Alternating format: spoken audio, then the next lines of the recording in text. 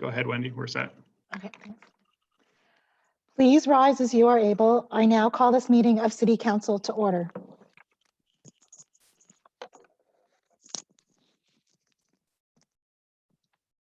Go ahead, Wendy, we're set. Please rise as you are able. I now call this meeting of City Council to order.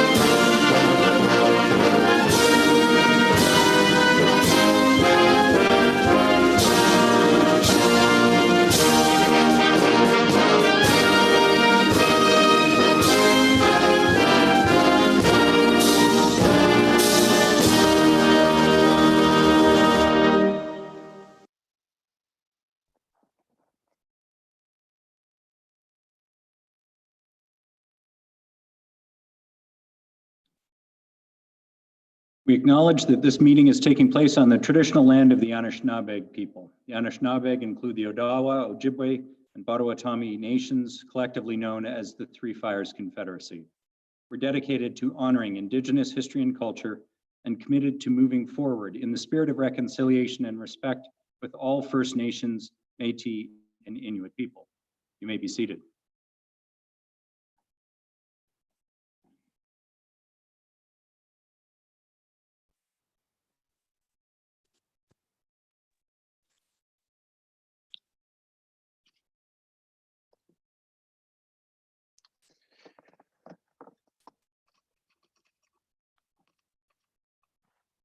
Okay, ladies and gentlemen, can everybody hear me all right? Good. Welcome to our virtual council meeting. Again, tonight we are practicing physical distancing and all of our councilors are participating via video conference as well as members of our executive management team. The city clerk and I are in the chambers.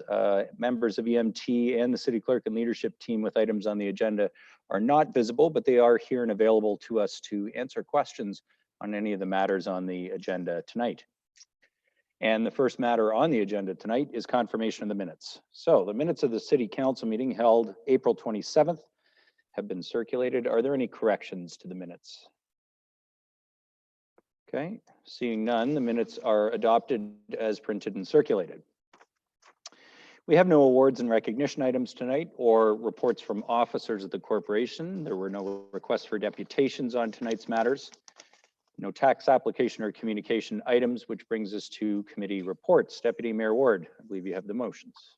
Moved by myself, seconded by Councillor Thompson, that the Planning Committee report dated May 4th, 2020 be adopted.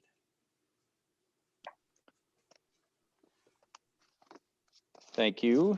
It is moved by Deputy Mayor Ward, seconded by Councillor Thompson, that the Planning Committee report dated May 4th, 2020 be adopted. This is with regards to an application for zoning bylaw amendment for 440 Essa Road. Any comments or questions on this item? Seeing none, I'll call the question. Please use your signs. Those in favor of the motion? Any opposed? None. That carries unanimously. Thank you. Deputy Mayor Ward. Moved by myself, seconded by Councillor Thompson, that Section A of the General Committee report dated May 4th, 2020 be adopted. Thank you. It is moved by Deputy Mayor Ward, seconded by Councillor Thompson, that Section A of the General Committee report dated May 4th, 2020 be adopted. These were the consent items from last week. They include our business recovery planning framework, the cultural grants program 2020 program review, and the COVID-19 impact measures. Parking prohibition at 125 Huronia Road, parking investigation on White Oaks Road, traffic operations at the intersection of Bayview and Baldwin, 2019-2020 Ontario gas tax funding agreement, an item regarding free compost at community gardens on private property, and an item on pedestrian crosswalks at Rodney Street and Blake. Any comments or questions on Section A, members of council? Okay, seeing none, I'll call the question again. Please indicate with your signs. Those in favor of the motion? Any opposed? None. That carries unanimously. Section B, please. Moved by myself, seconded by Councillor Thompson, that Section B of the General Committee report dated May 4th, 2020 be adopted. Thank you very much. It is moved by Deputy Mayor Ward, seconded by Councillor Thompson, that Section B of the General Committee report from May 4th, 2020 be adopted. This is with regards to the school safety review on Pickett Crescent in Ward 8. Comments or questions? Seeing none, call the question. Those in favor of Section B? Any opposed? None. That carries unanimously. Section C, please. Moved by myself, seconded by Councillor Thompson, that Section C of the General Committee report dated May 4th, 2020 be received. Thank you. It's moved by Deputy Mayor Ward, seconded by Councillor Thompson, that Section C of the General Committee report dated May 4th, 2020 be received. This is a confidential acquisition of property matter regarding waterfront property acquisition strategy, excuse me.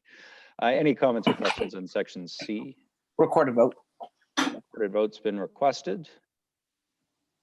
Madam Clerk.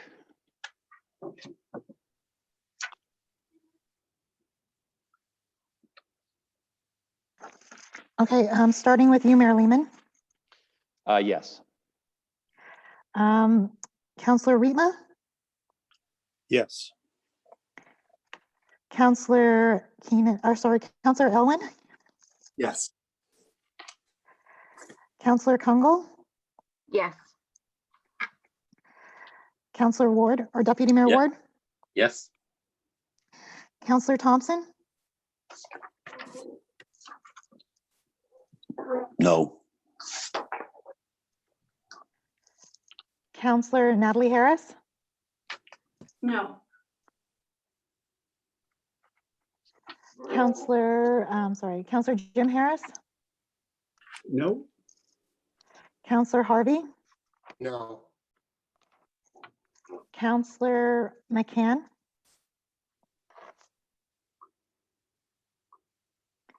and Councillor Morales.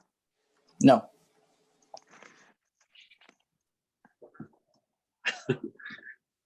Okay.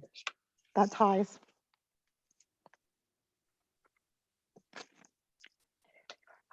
Oh, wait. One. I missed one. Oh. That loses. Motion loses. Could I ask what that means? It was a report to receive a report. It was just to receive it, receive so it. that's a bit confusing. Yeah. In terms of the no votes, but understood. So my understanding would be that the matter is essentially, there's no action taken. Would that be correct, Madam Clerk? Yes, Mayor Lehman. Okay. Moving on. Section D, that was Section D, I believe. No, that was Section No, C. let's see. D is the action matter. So would you like to introduce that, Deputy Mayor Ward? Moved by myself, seconded by Councillor Thompson, that Section D of General Committee report dated May 4th, 2020 be adopted. Okay. I'll give members of council a moment to review the motion that's on the floor.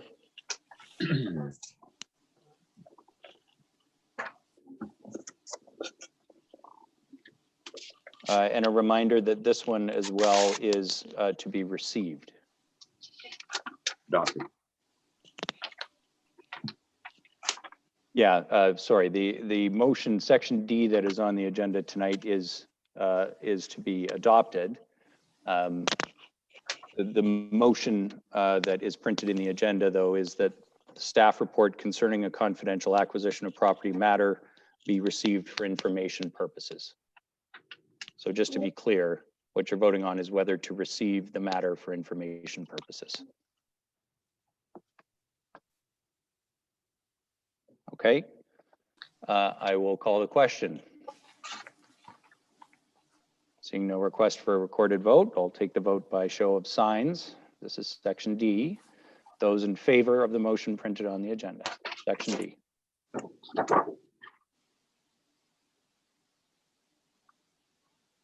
Any opposed? None. That one carries.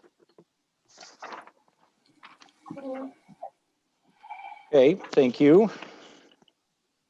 That completes the committee reports.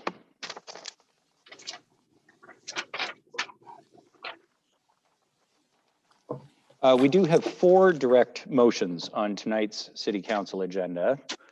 2 were printed, and there are 2 that are have come up in the last couple of days. So they are motions without notice and require the procedural motion. So we'll do the first 2, which were printed on the agenda.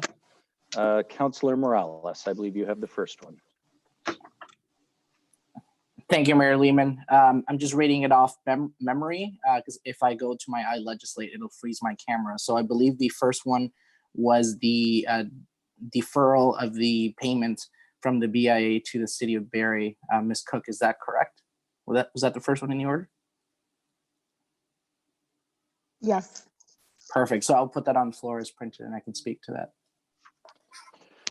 Okay, it is moved by Councillor Morales and seconded by Councillor Jim Harris that the timeline for each of the remaining Downtown Barrie Business Association payments required under the redevelopment of Meridian Place agreement between the City of Barrie and the BIA be extended by 1 additional year with final payment in 2030, and that other agreement provisions be amended accordingly.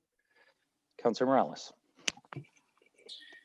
Thank you, Mayor Lehman. A couple of weeks ago, members of the community had a discussion with you actually about how to get help to the front lines of our BIA businesses that are struggling right now. A lot of people are struggling, but this conversation was in the scope of the downtown. And one of the suggestions that was made to you was, hey, the BIA owes the City of Barrie and makes a payment every year for the Meridian Place. What if that payment was not canceled, not forgiven, just deferred and piggybacked onto the end of the contract? Mayor Lehman, you took that idea, you developed it with staff, and they came back with a favorable recommendation.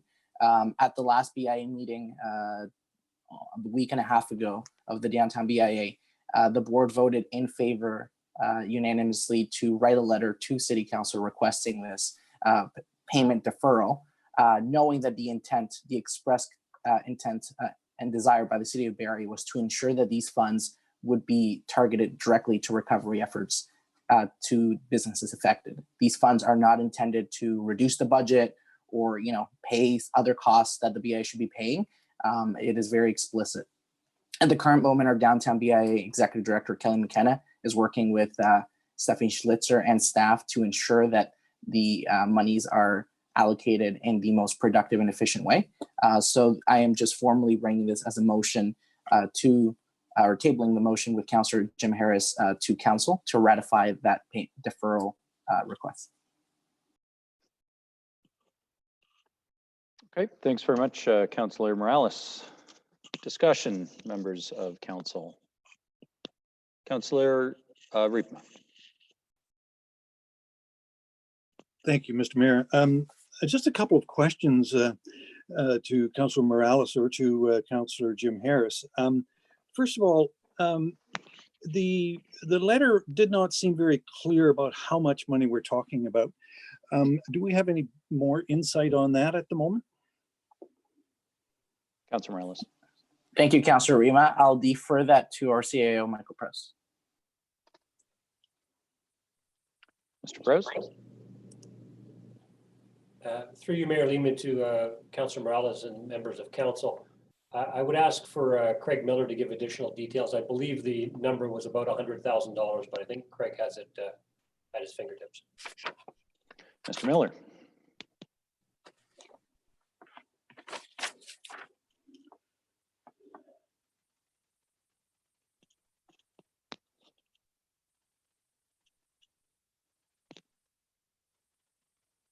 I think you're muted.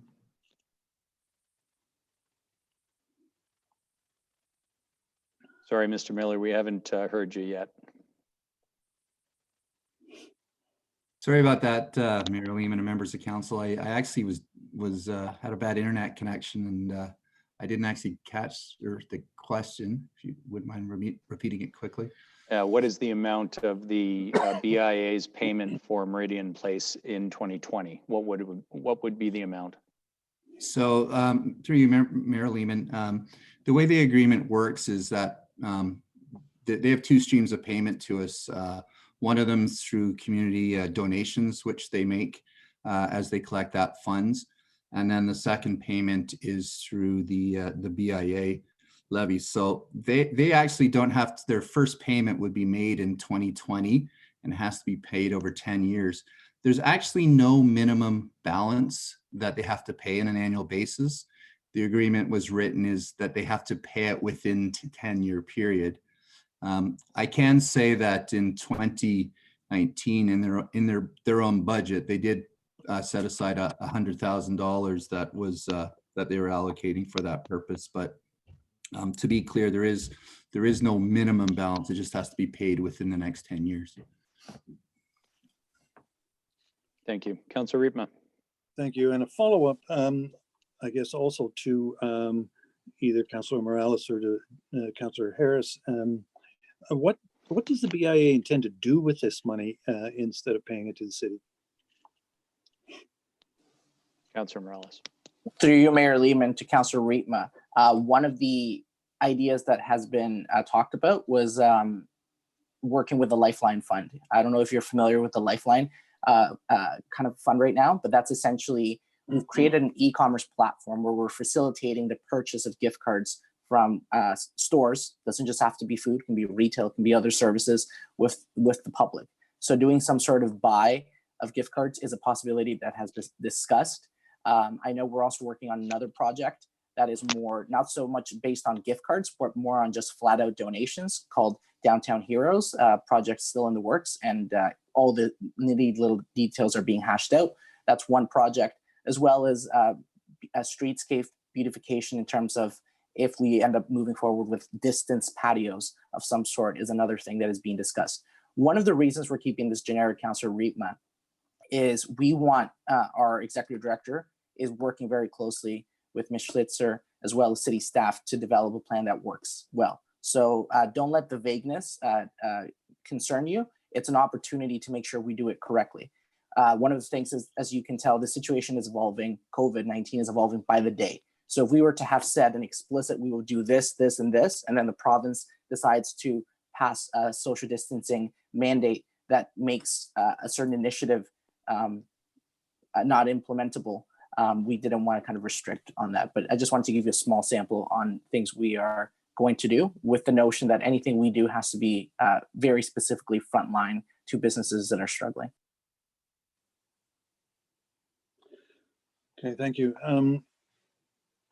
I guess, Mr. Mayor, my concern about this is that they're asking for $100,000 of taxpayers' money, basically, which is, we just don't have that kind of money lying around here. And I'm not sure that we should be committing ourselves at this point to spending that kind of money on a very vague kind of proposal.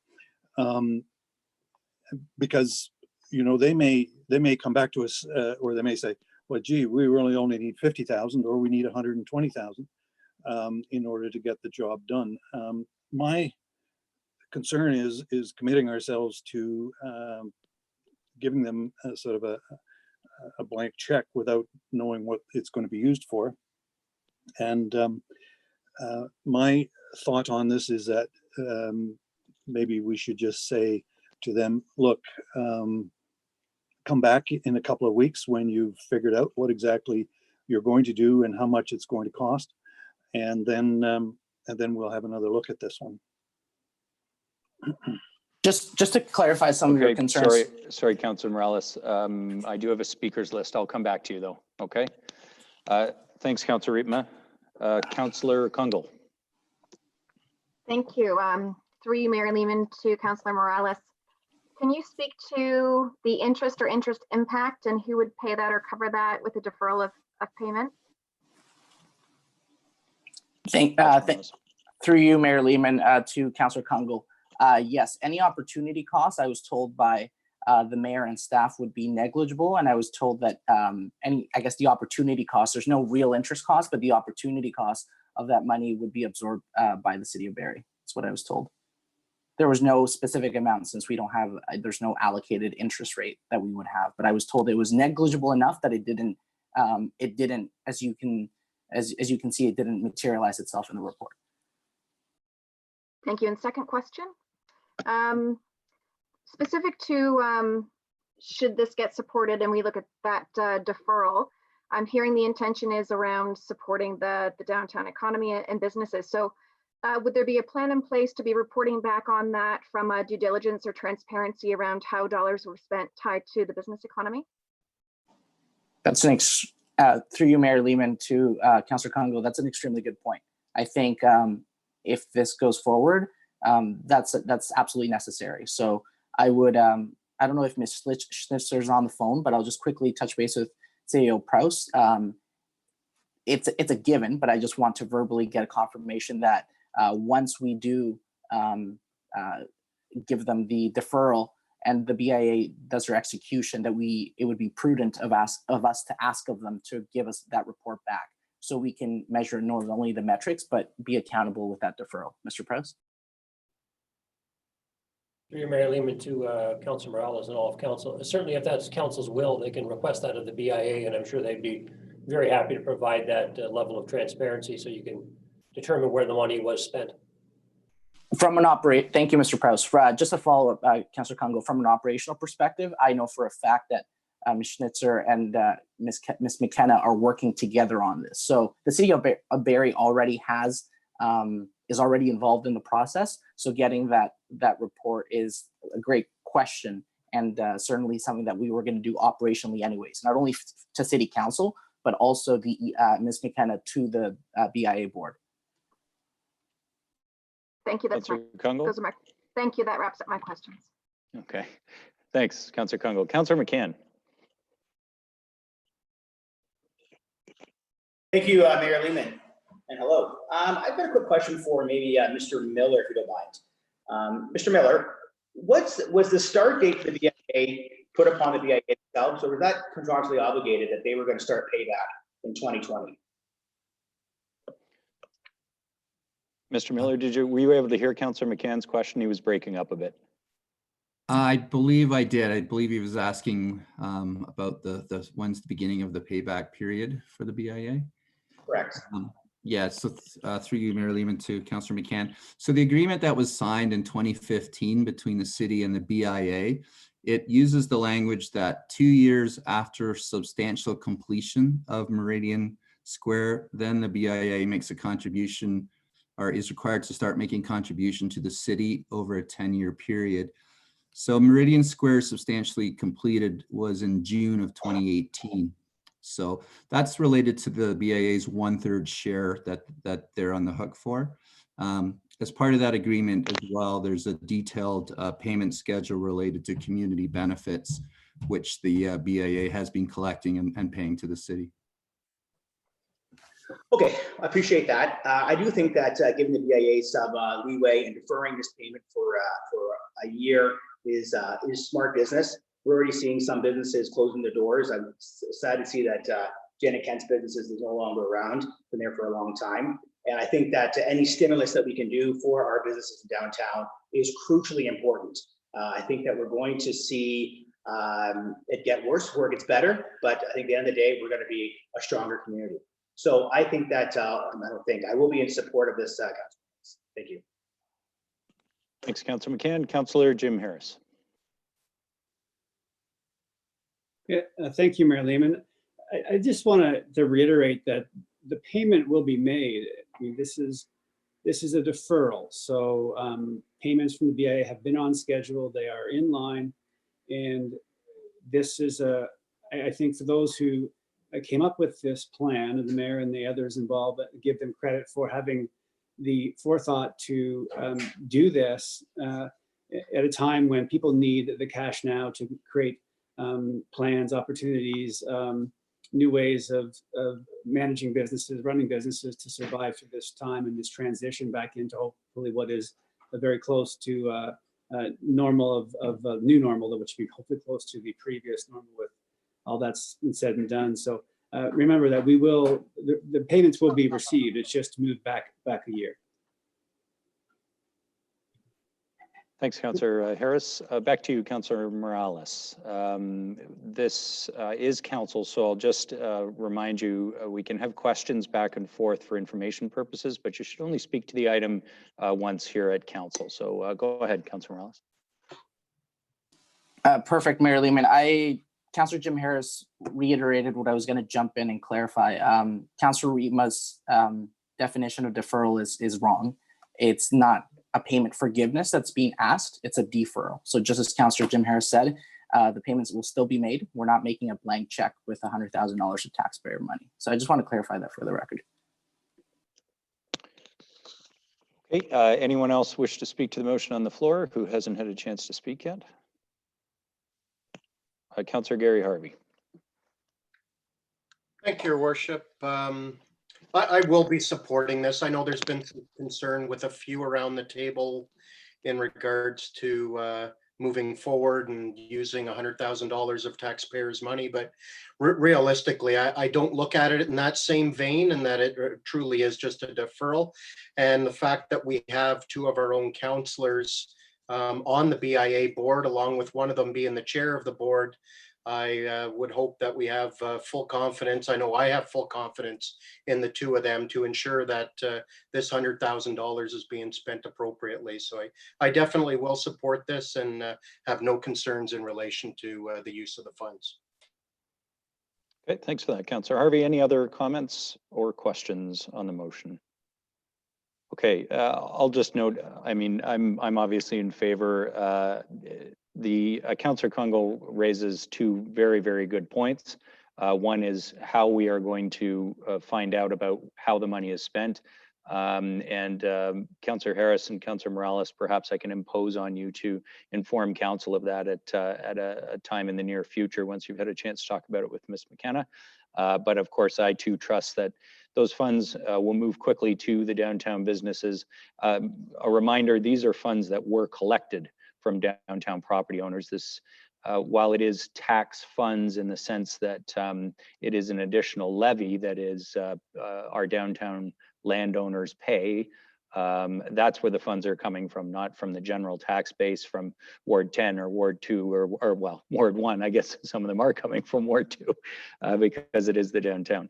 But it's not out of the general tax base, it is from the BIA's levy. Now, the fact is those funds would have gone to the general tax base, and that's a legit concern raised by a number of members of council.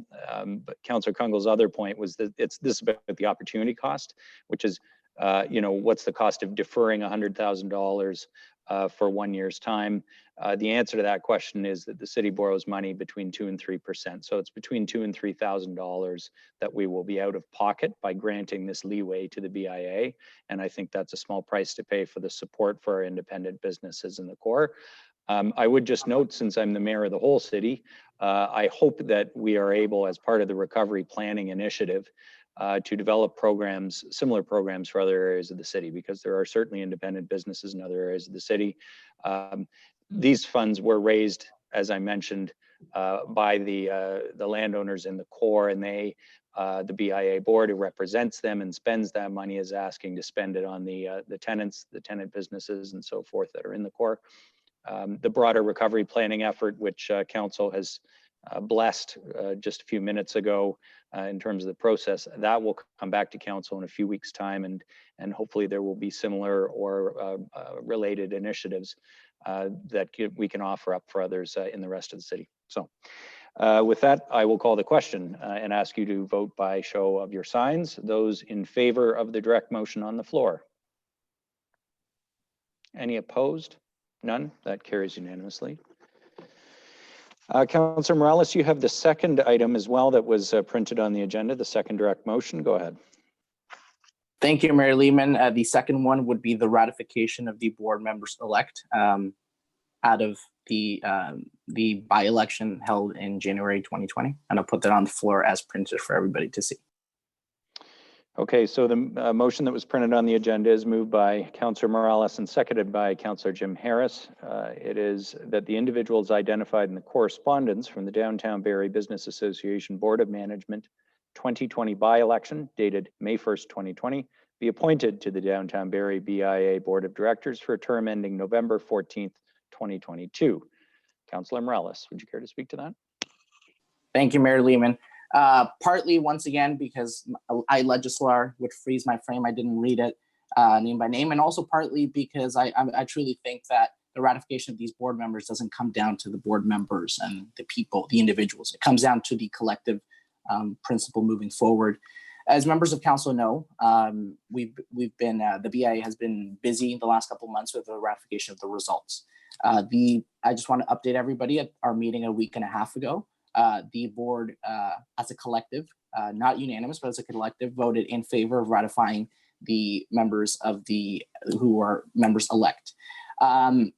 The sentiment that I got from other board members, including myself, for those that didn't watch the meeting on Zoom, I'll kind of summarize it. We are in a once every 100-year global pandemic. Our downtown, as I've said before, and it's not to be hyperbolic, but for us to realize our downtown is on figurative fire. Janet Kemp is out of business. Many other businesses will be out of business. Hopefully not. Hopefully we can prevent some of those. So what we're hearing from members of the public is they are extremely impressed when they see somebody like Doug Ford, Christine Freeland, who's our Deputy Prime Minister, Justin Trudeau, coming together, putting aside their differences and getting work done and moving forward. And they expect the same out of our local leadership.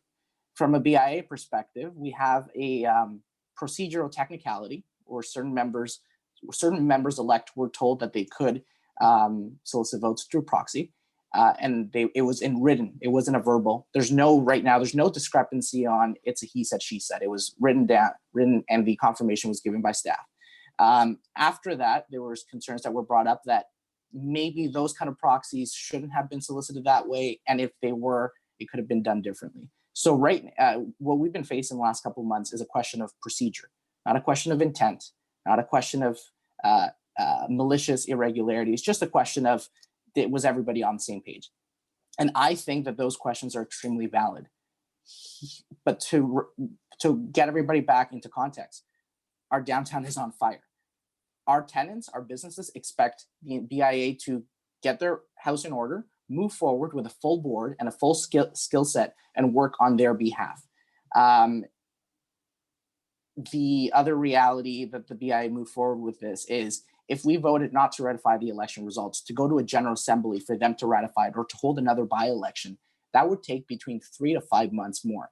So 3 to 5 months more of our BIA being at half capacity, another 3 to 5 months of our executive director having a skill set of half the board that she should have when she just got onto the BIA, leading the organization in its toughest challenge it's ever had. And the outcome might be the same. So if any people here think that, you know what, there's no harm in, punting it off and going through the process, and if the will of the membership is to have the same members, then so be it. This is what I'll say to those members of council, if you feel that way. I almost agree. However, if we are to end in the exact same outcome and almost nothing changes, but what it takes is 3 to 5 months of the BIA not being there for its membership, then we're forgetting, as a BIA, putting my BIA hat on, we're forgetting why we even exist. Our duty is to serve the members. So under very extenuating circumstances, the board decided that the ends did not justify the means of 3 to 5 months of lack of leadership, a skeleton board, and probably a lot of more bickering and division in the public. That was just not acceptable. We voted to ratify it, and I encourage members of council to do the same under extremely dire circumstances. Okay, thanks, Councillor Morales. Does any member of council wish to speak to this motion that's on the floor? Councillor Rickman. Thank you, Mr. Mayor. And I guess I have a question for Councillor Morales. the BIA board did get legal advice from their lawyer, and I was wondering why they decided not to accept that legal advice.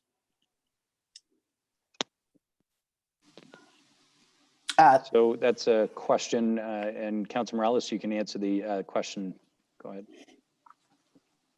Perfect, Mayor Lehman. Councillor Rema, for the reasons that I just said earlier, we're there to ensure the survival of our downtown businesses. The legal advice was advice. It wasn't expectations. There was also a follow-up where our legal advice recommended that a just equally viable alternative was to go to the membership at a General Assembly meeting, which is why I alluded to the 3 to 5 month timeline. Because if at the General Assembly meeting, the membership decided, if we even had quorum, if they decided to rip up the election results, we would be triggered into having an election, which would be another 70 plus days. And that's 3 to 5 months that businesses such as Janet Kemp don't have. Thank you. Any others who wish to comment on this item? Councillor McCann.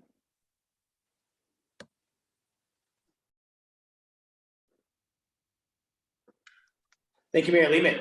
So I'll open up by saying I hope the headlines tomorrow aren't our downtown is burning on fire, Sergio. But I do think that you were put into a fire pit, and I just wanted the opportunity right now to say what a great job you've done. The leadership style that you have, you've rallied the team together, get the BA back on track, and I think that I don't think I will be supporting this fully. But I just wanted to reach out and just let the community know you've done a great job and keep it up, okay? Councillor McCann, Councillor Aylwin. Thank you, Mayor Lehman. I just want to say quickly, because I know Janet Kemp would probably be upset with the conversation going on. I was going to announce this too. She's not out of business at all. She's not out of business at all. She has an online store going, and I believe she's moving as well. So good news on that front. Just wanted to put that out for the public to know. On this motion in particular, I think we need to remember the advice that the lawyer from Barriston, Jim McIntosh, wrote there in the Simpro.com article back in February. He's quoted as saying the election process has been tainted. And recognizing we are in a crisis and we need to be supporting our downtown businesses, absolutely. That doesn't mean that transparency and fairness can go out the window. So I think we need to tread very lightly here and act with caution. Council actually requested that the BIA conduct a governance review and then conduct an election. And the BIA did not conduct that governance review, has yet to conduct that governance review, ran an election, and now their own lawyer is saying the results have been tainted and he's calling for a new election. So absolutely, let's support our downtown businesses. I have complete faith in the executive director of the Downtown BIA, Kelly McKenna. She's been doing an excellent job. We've just voted to provide some additional funds for the BIA, which is great news. But I don't think that's an excuse to throw transparency and fairness out the window. Downtown BIA members deserve to know where their funds are going. They deserve to know that they can trust the process. And so that's why I won't be supporting this motion. Thank you. Okay, thanks, Councillor Owen. Just a reminder, we are at council, so you are only allowed to speak once. Those who have not spoken to this motion, anyone else who wishes to speak? Sorry, Councillor Reitman, I believe you already spoke to it. Sorry, Mr. Mayor, I just asked the question of clarification. Oh, I'm sorry. You know, that's quite right. You only asked a question at this point. Okay, you can go ahead and speak to it, and then Councillor Jim Harris, I have you next. Go ahead, Councillor Reitman. My apologies. Thank you, Mr. Mayor. And I appreciate what Councillor Morales has said. And I'm 100% behind our downtown and our downtown merchants and our BIA. And I agree with Councillor McCann that things have been going well there. And I think that's to everyone's credit that's on the board. The difficulty that I have is that their very own lawyer said that this process was tainted. And the problem is that even if we have exactly the same result, if the process hadn't been tainted, perception is reality. And we really want the BIA board to be effective. We want it to be transparent. We want it to be representative.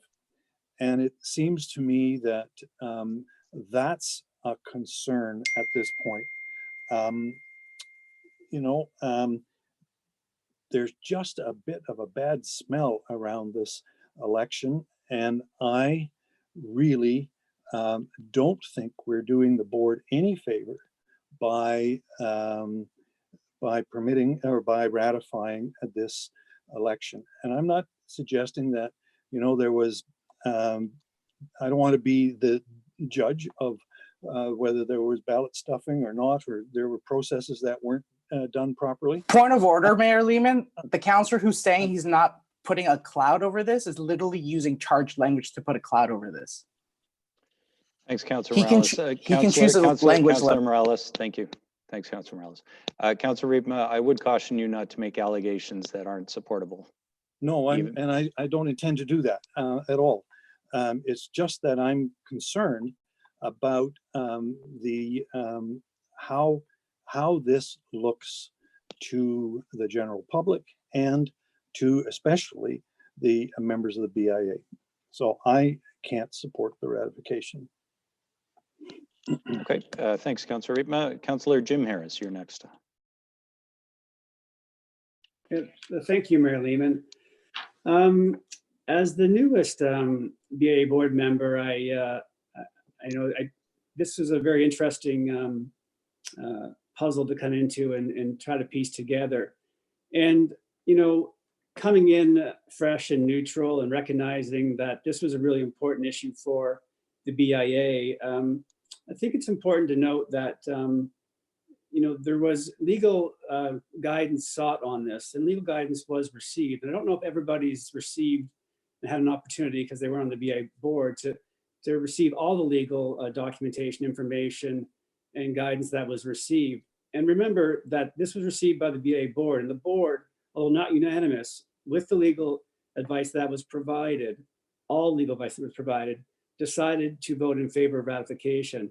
And I also would like to just put a bit more of a positive spin on the BIA action as of late. I think things people need to know is, as recently as our last meeting, plans to proceed with governance review and support has been ratified. There are plans to move forward with human resources updating and planning, and also financial planning. So there's a lot of good things happening.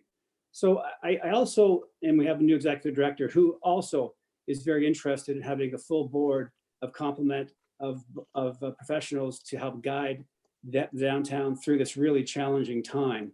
And I also, and I know that with all good intentions, some things we say things that are a little bit of a miss, but I think I would argue that perception is reality as well. But on the other side, that as a positive measure, given the language was that there's a perception that people did something wrong here, and they didn't do something wrong. They more effectively utilized mechanisms at their disposal during the election, and some didn't, and some feel they weren't fully advised or had the opportunity to use this mechanism. Having said that, many of those who, if you remove the proxies, many of the people would still be elected without the proxies. So I think, in the fairness for those people who went through the election process and who have been elected through the process that was available to them with the means available to them, we need to show them the respect and ratify the election. I think we do more harm by not doing that.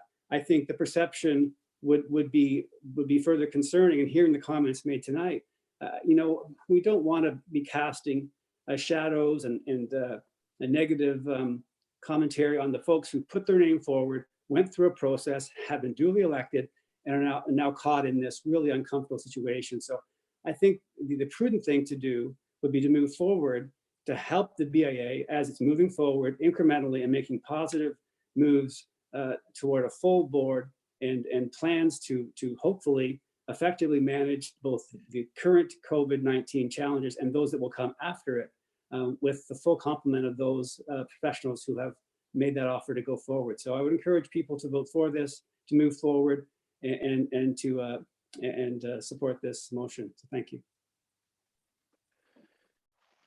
Thanks, Councillor Harris. Next, I have Councillor Thompson. Thank you, Mayor Lehman. Actually, Councillor Jim Harris answered my question. Thanks. Thank you. Councillor Natalie Harris, I have you next. Thank you, Mayor Lehman. Yeah, I think Councillor Jim Harris also kind of answered my question as well, but I had one more question for Councillor Morales. What kind of like concrete examples of beneficial things will happen if we ratify this tonight? And because of what's going on with COVID-19, I agree with a lot of what the councillors are sharing right now. This is these are all different times, and the first priority is to put the businesses, you know, ahead of everything, and especially with knowing that you know, there was advice to have it ratified anyways now. So what kind of things going forward, if we get this ratified tonight, what will how will that benefit the downtown right now? Councillor Morales. Thank you, Mayor Lehman. I think the first to answer your question that Councillor Jim Harris touched on, I just want to really emphasize it, is our own executive director asked for a full board and asked me about 2.5 weeks ago. So as Councillor Alwyn said that he has the full faith in our new ED, this was something she asked for. One of the things that can come from having a full board is you represent its membership better. More specifically, I believe 5 out of the 6 members elect are landlords, building owners, property owners. Out of the current members, we have 0. So people who pay rent versus people who are landlords. Right now, we have no voice when it comes to our landlords applying to the percentage program that the feds have set up. If they're not applying for it, what are they afraid of? Are they afraid of they're going to lose money? Would they rather go after the tenants or have a payment plan or go after them in collections? We don't have that voice at the board right now. So having 5 out of 6 landlord building owners at the table when we're moving forward, not only on COVID right now, but the recovery and how leases are going to look like moving forward, and renovation and streetscape, that's extremely important as well. So the ability to have that and move beyond the pettiness of saying things such as, you know, it doesn't smell right or it doesn't look ballot stuffing, that's what leadership is. So that last bit wasn't an answer to the question, but thank you, Councillor Morales, for the first part, which was, I'll just remind members to stay on topic.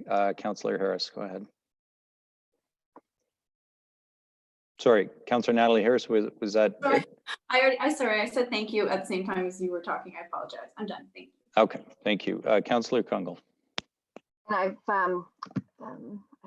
most of it's been answered. Maybe through you, Mayor Lehman, back through Councillor Jim Harris, in case I missed it. But that was great information to share forward around the progress with respects to the intention around the governance investment in, I think, just good governance, and being able to start whole, I think, is important from the cohesion of the group. Is there a time frame also tied to then an election? I know at this time, Councillor Morales, you're sitting as interim chair. Is that something that will also follow around governance? Will there also be a change or an election within the board around the chair position? I think that was addressed to you, Councillor Jim Harris, and I'll come back to you, Councillor Morales, as well, too, if there's additional information there. Go ahead. Yeah. Thank you, Mayor Lehman. Through to Ms. Councillor Kungle. I was thinking it's probably a question for Sergio, but I do. Yes, there is. And I will. Sergio, I'm sure will jump in, or Councillor Morales, pardon me, will jump in. But the plan interim is the term on Councillor Morales's chair. He's interim chair. So the expectation is that there will be a new chair unless something's changed. But I would pass that to Sergio. That is the intention. Is that the question? I think that works. Councillor Morales, that's the intention? Correct, that's the intention. The reason nothing has happened around the filling of the chair and the reason, actually, just to still answer your question about governance, while we haven't done governance is not because we decided to go against the direct orders of council. It's because our ED felt if we initiate governance before having a full board, it wasn't appropriate. Not only in terms of choosing the actual government's firm, which also she brought in the scope. We didn't get a lot of bids, so she brought in the scope to include law firms, as well as she touched base with her contacts at the Ontario BIA Association and got better information. Then COVID hit, then the priority went to that. And we also want to make sure we do governance with a full board. So we've essentially been waiting for a board. It's chicken and egg with that issue. Councillor Congo? Yes, I'll follow up separately. Thank you. For me, it was also just looking at the phased approach of ideally, without implanting my personal opinions on your process, going through governance development and those pieces in advance of then moving into any type of planned election with a full board around your officers and other roles. So I'm assuming that will follow after, which is great. Thank you. Okay, any others who haven't spoken who wish to speak to this item? Councillor Gary Harvey. Thank you, Your Worship. Question to the mover.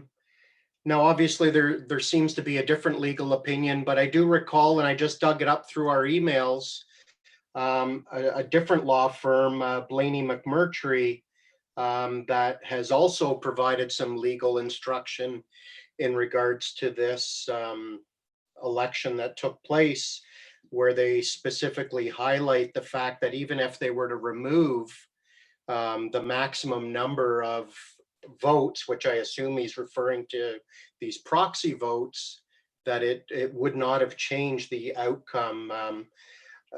Which legal opinion is it you guys are relying on? Because obviously it seems like you've got two different law firms that are giving you a different direction, whereas this one seems to be quite clear too, that even if somebody were to contest the election, they're quite certain that the application would necessarily fail because the number of so-called irregularities falls well short of the Supreme Court's magic number in relation to this.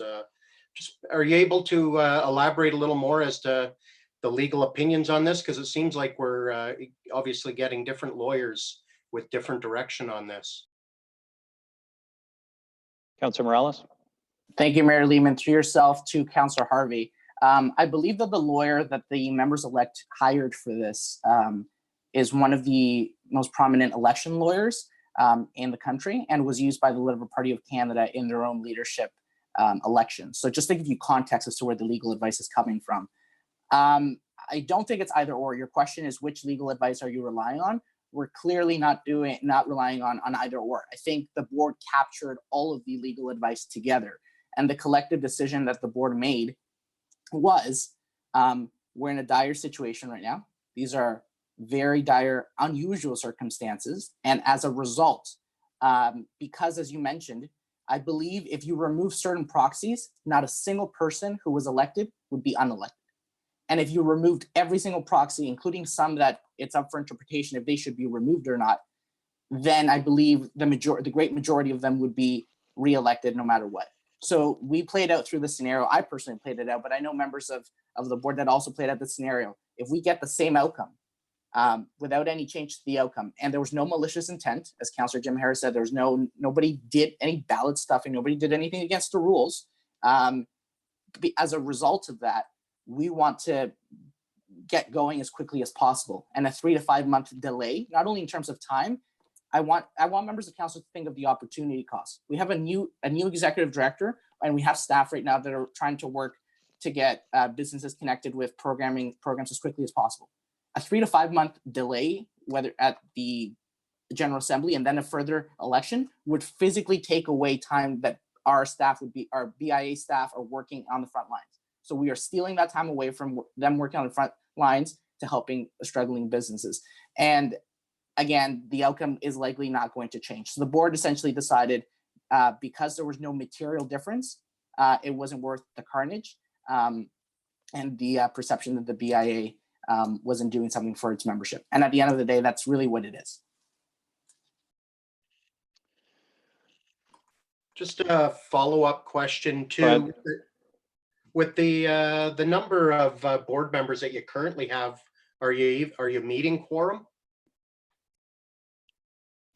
Councilor Morales? Thank you, Mayor Lehman. Through yourself, Councillor Harvey, the letter states that the letter, and you know, if I'm calling up members of council for muddying the waters, I'll also call out that letter.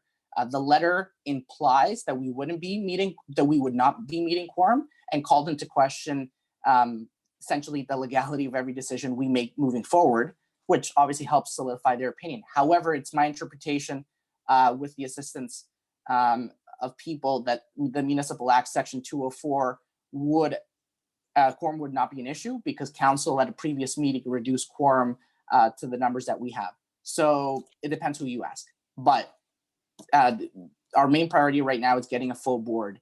And again, right now in front of you, you have a motion from the current BIA board, also explaining the reasons moving forward. And as Councillor McCann said earlier, the headline, you know, hopefully tomorrow is BIA moves forward, not on fire. That was hyperbolic to you know, solidify the how important this is. But the headline shouldn't be further gets caught in misunderstanding of what they want to do. So we just want to, as a BIA, we just want to move forward. Great. Thank you, Your Worship. Thank you. I think there's only Deputy Mayor Ward and myself yet who haven't spoken to this particular item. Deputy Mayor Ward, did you have any comments you wanted to make? No? Okay. Then I will move to call the question. I'm not going to add much to this debate except to say that, you know, one of the principles that I've tried to hold to in 10 years in this job is that when we have boards that are comprised of people who are elected to their positions and include, you know, volunteer representatives in the community or otherwise, as well as councillors, they're independent from council for a reason. And in this case, the board, as it is currently constituted, has sent us this request. You know, we have been through a lot of twists and turns on this. I've certainly had my opinions about it in the past. What stands in front of council tonight is a request from the board today. And that board with 2 members of council on it is making this request of City Council because in the majority opinion on that board, this is the way for the BIA to move forward. So I'll be supporting the motion tonight. And with that, I will ask you to vote using your cards. Recorded vote. Recorded vote. Okay, we can also do it that way. Madam Clerk. Okay, starting with Councillor Kungle, Yes. Councillor Rima, No. Councillor Aylwin, No. Councillor Ward, or Deputy Mayor Ward, sorry. Yes. Councillor Harvey, Yes. Councillor Natalie Harris, Yes.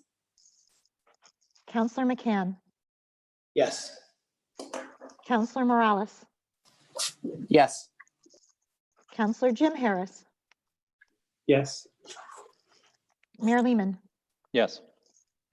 Councillor Thompson, Yes. motion carries. Okay, thank you, members of council. Those are the 2 direct motions that were printed on the agenda. We have 2 motions that have come forward, and in the ongoing reality of a state of emergency, things sometimes have to come on short notice. We do have 2 motions without notice to be introduced tonight. Deputy Mayor Ward, I believe you have the first one. Moved by myself, seconded by Councillor Rietma, that pursuant to section 7.1 of the procedural bylaw 2019-100, permission be granted to introduce a motion without notice concerning the temporary closure of northbound lanes on Lakeshore Drive.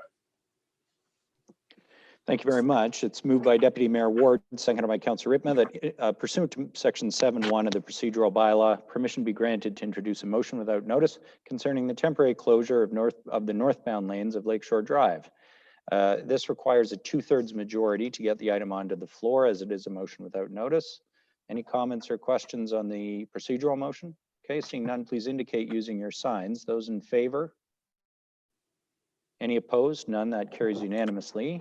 And now the motion itself, Deputy Mayor Ward. Moved by myself, seconded by Councillor Rietma, that staff implement a temporary closure of the northbound lanes on Lakeshore Drive from Tiffin Street to Victoria Street commencing May 14th, 2020 for the purpose of offering additional space for pedestrians and cyclists to be active and enjoy the outdoors while maintaining safe physical distancing and adhering to provincial municipal orders. 2, that the duration of the closure will be reviewed on a weekly basis based on feedback from residents and staff monitoring of increased traffic volumes as the province gradually reopens the economy. I'll speak.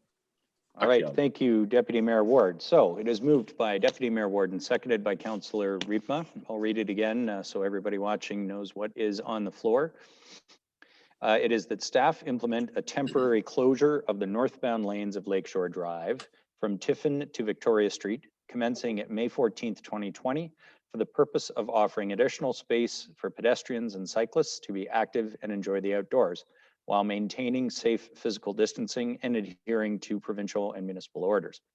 2, that the duration of the closure will be reviewed on a weekly basis based on feedback from residents and staff's monitoring of increased traffic volumes as the province gradually reopens the economy. Deputy Mayor Ward. I'm sure we've all had requests about this. This actually was put on at the request of Mayor Lehman, so maybe I'll give him the chance to introduce it, and then if you can turn it back to me, I may have a question after you're finished. Thank you for that.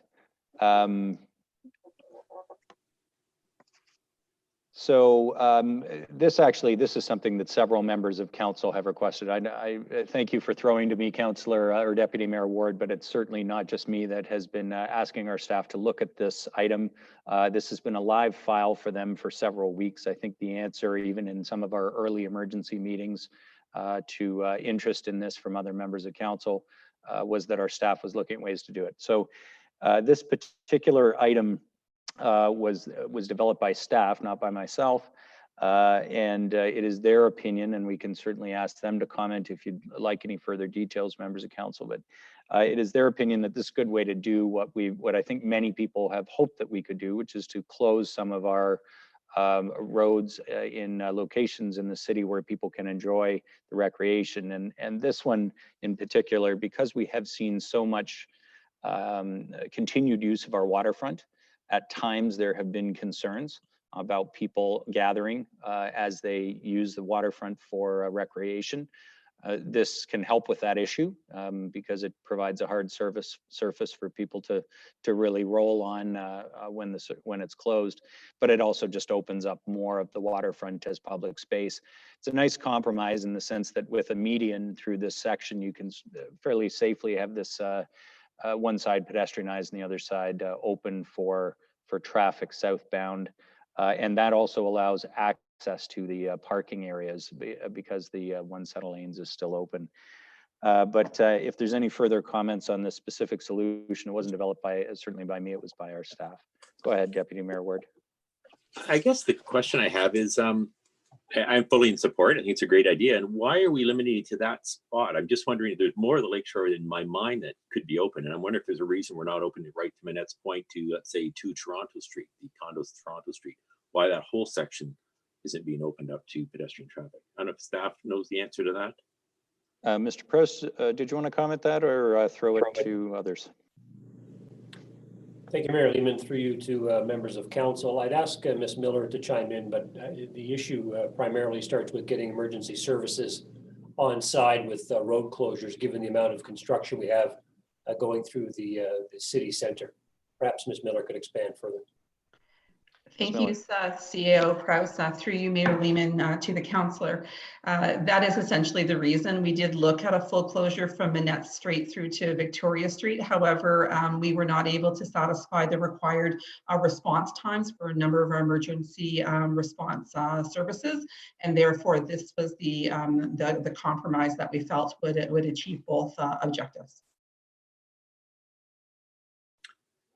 Okay, I think it's kind of disappointing because I think there's a pinch point at the foot of Tiffin Street where it's probably the narrowest part of the waterfront, and that's a point where I think we have a lot of people and it's going to be pinched down to a small point. But I guess I'll leave it at that. It's too bad, but I'm glad we're doing the part we are. Okay, thanks, Deputy Mayor Ward. I have Councillor Aylwin first. Thank you, Mayor Lehman.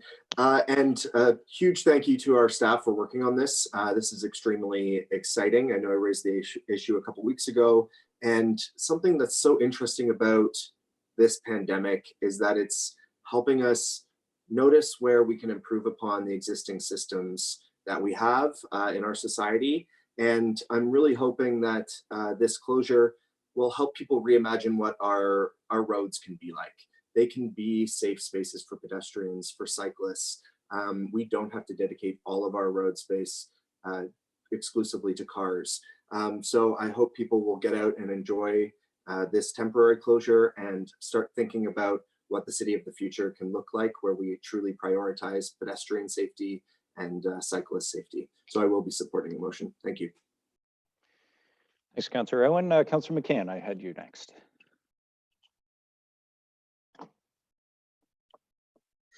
Thank you, Mayor Lehman. Yeah, this is a no-brainer. You know, with the amount of cars that are not driving on Lakeshore, this is even a better plan. And I just want to ask maybe staff, I believe like 2 or 3 weeks ago, there was a memo put out that we were encouraging residents to walk on the grass and maybe cycle on the grass. Is that still something we're encouraging our residents to do when we open up this roadway? Mr. Prowse?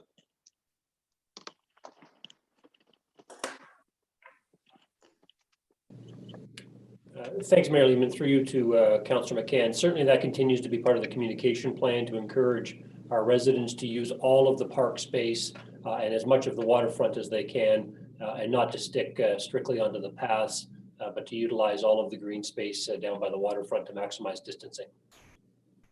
Okay, thank you. Thanks, Councillor McCann. I did see somebody else indicate. Could you just indicate again? I didn't get the, okay, Councillor Morales, go ahead. Thank you, Mayor Lehman.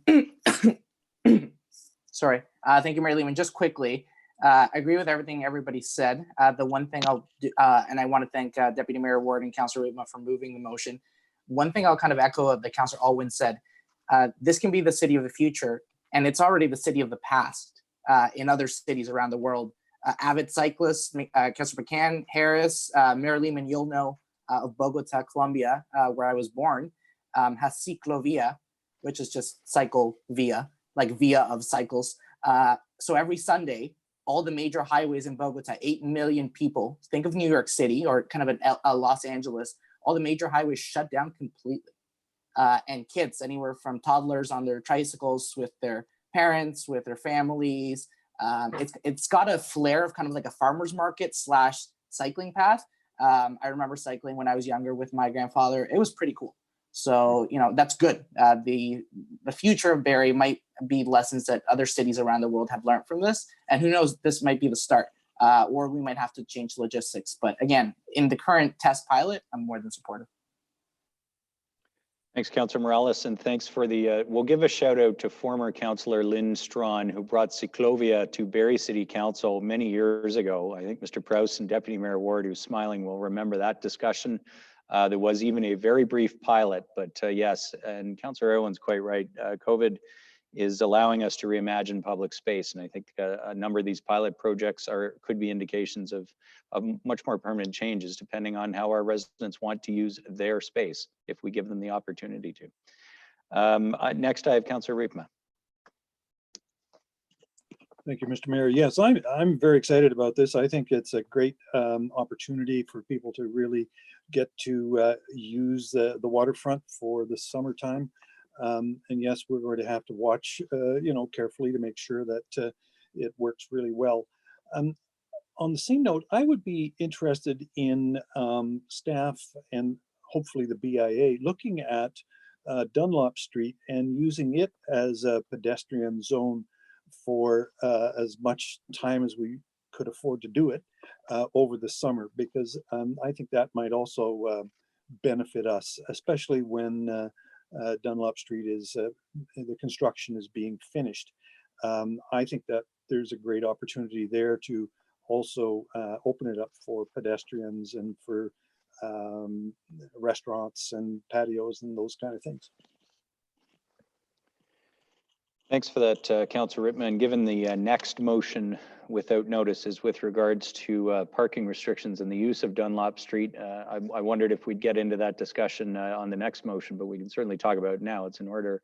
And I know it's not on the table tonight, but it might well be subject of a future item, especially once we move through the curbside pickup business model piece of the opening, which is where our downtown storefront merchants sit today. They have to do the delivery, takeout, and curbside. So while the street itself couldn't be used today in that way, it might well in the future. Fair point. Are there others who wish to speak to this direct motion that's on the floor with regards to the closure of northbound Lakeshore?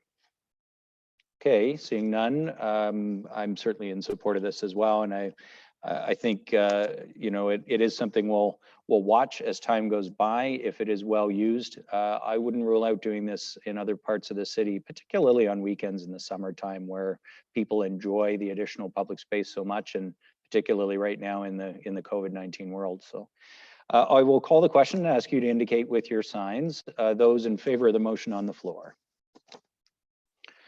Seeing none opposed, that's carried unanimously. Thank you, Deputy Mayor Warden, Councillor Riepma. The next motion without notice will be moved by Councillor Thompson. Go ahead, Councillor Thompson. Thank you, Mayor Lehman. The pursuant of section 7.1 of the procedural bylaw 2019-100, permission be granted to introduce a motion without notice concerning the Dunlop Street loading only zone.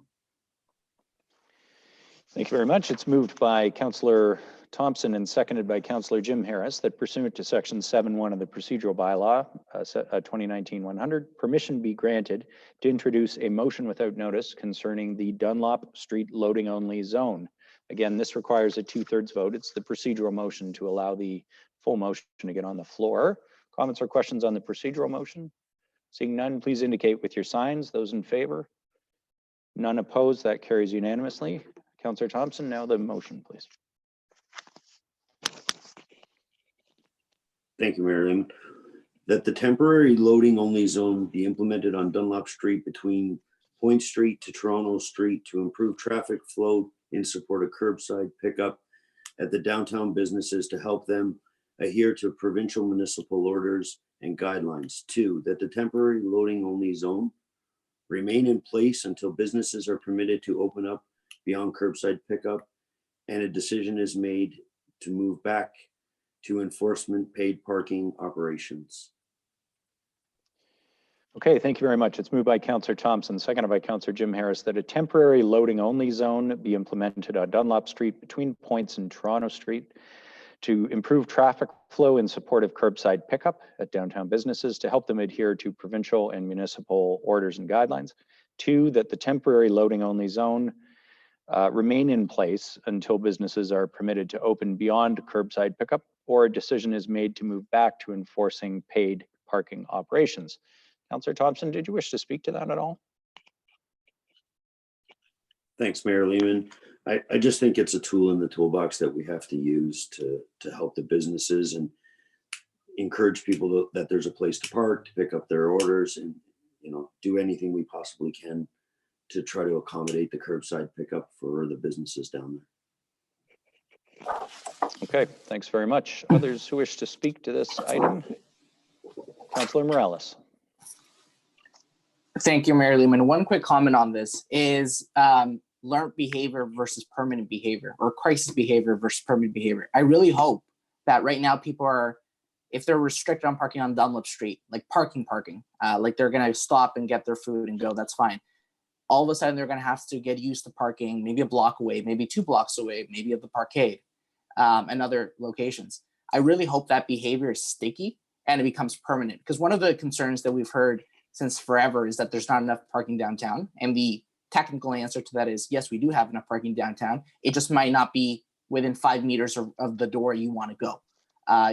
People are used to at the mall walking a distance, but for downtown, for some reason, they don't. So what I'm getting at is I hope that this pilot positive behavior that comes, just like the bike lanes, positive behavior that comes out in the long term is people go, hey, you know what? I needed to go to Dunlop Street. I had to park temporarily in the parkade or elsewhere because of everything that was going on. And once we move forward, they go, that wasn't so bad. And this is hopefully finally we can get those questions ratified and fill up that parkade. Okay, thanks, Councilor Morales. Any other comments on this one? Okay, seeing none, members of council, I'll ask you to vote with your signs. Those in favor of the motion. And any opposed? None. That carries unanimously as well. Okay, thanks, members of council. That's a fair amount of changes done through the direct motions at council tonight, and I appreciate your flexibility in preparing for those, sometimes on short notice. It completes the direct motions that are on the agenda and the motions without notice, which brings us to inquiries. Deputy Mayor Ward, do you have any inquiries of staff? I have none. Thank you. Councillor McCann. Thank you, Mayor Lehman. Over the weekend, there was allegedly some maybe aggressive actions taken out by our bylaw. It's my understanding that we're obviously in a difficult time, and I'd like to think that our bylaw officers' instincts and actions are going to be dealt with compassion and common sense, not to be, driven down by the situation and maybe getting overwhelmed by the stress. I'm not going to get into that many specifics right now, but there was a number, I think I have 4, where I thought bylaw may or may not have been aggressive. I always believe that whenever I have a resident call me or a businessman call me, that there's always 3 sides to the story. So I don't know the full story yet, but maybe I'll just cut to the chase and maybe ask staff to maybe help me understand a little better.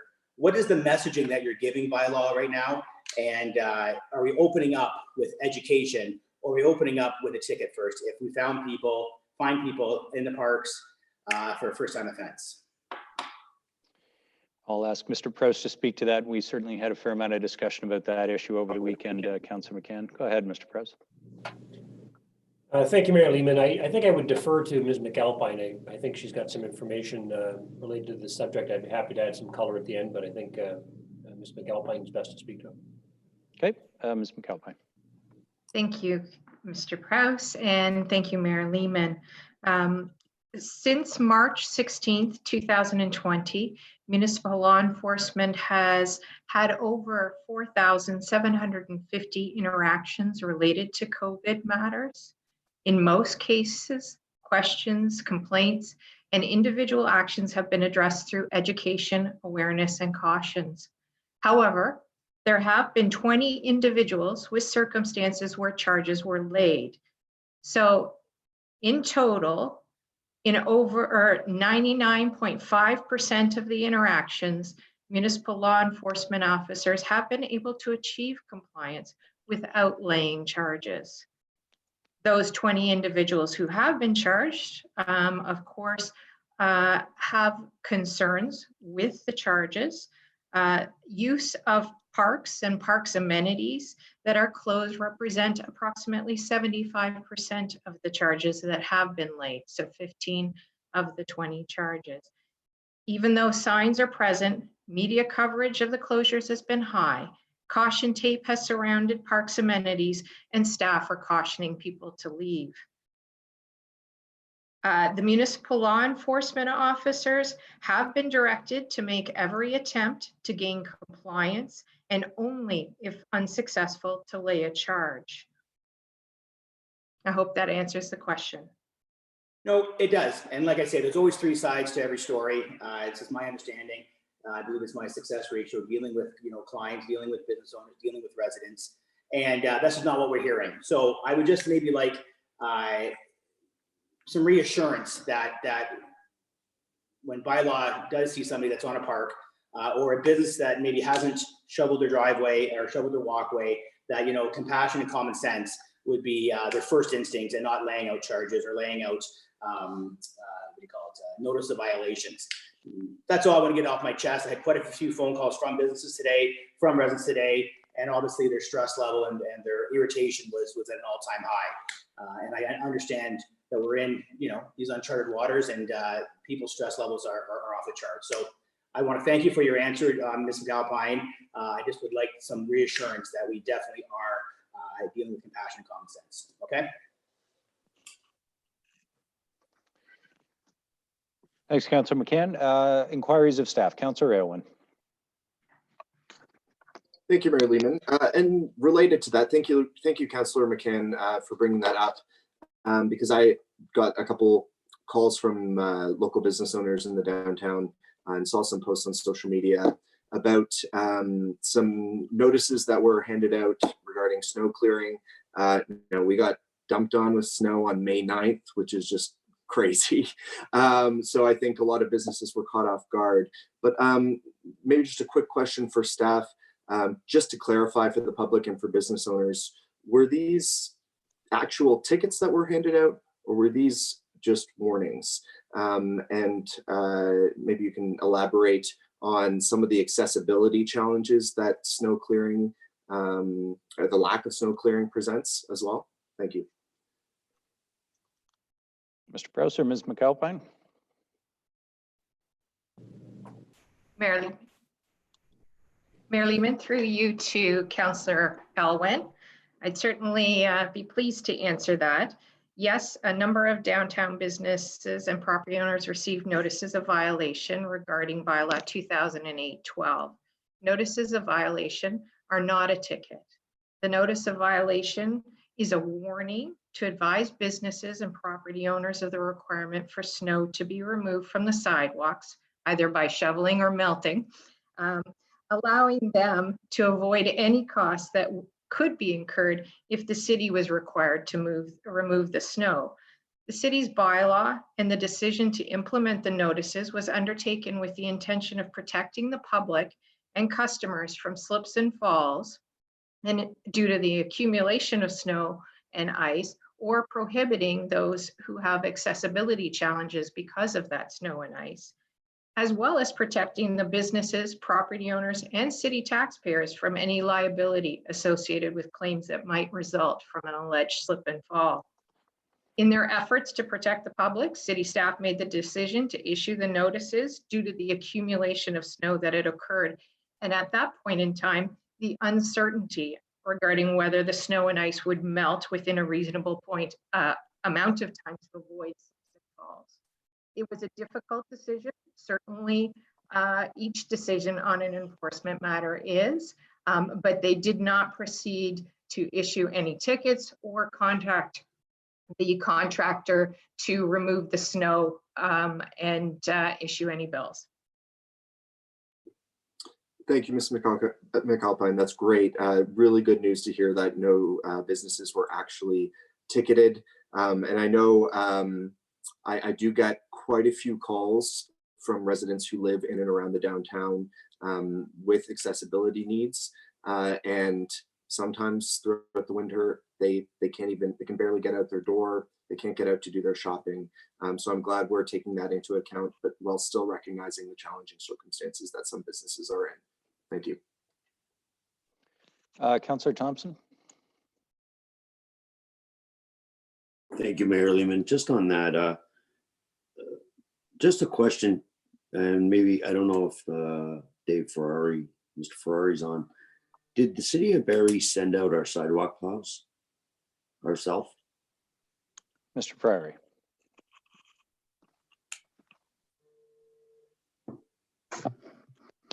Councillor Thompson and members of council. We did not send out our sidewalk plows this weekend. Most of our sidewalk machines are contracts, and we also did not send them out as well. The only thing we had out on the weekend was our sanding units.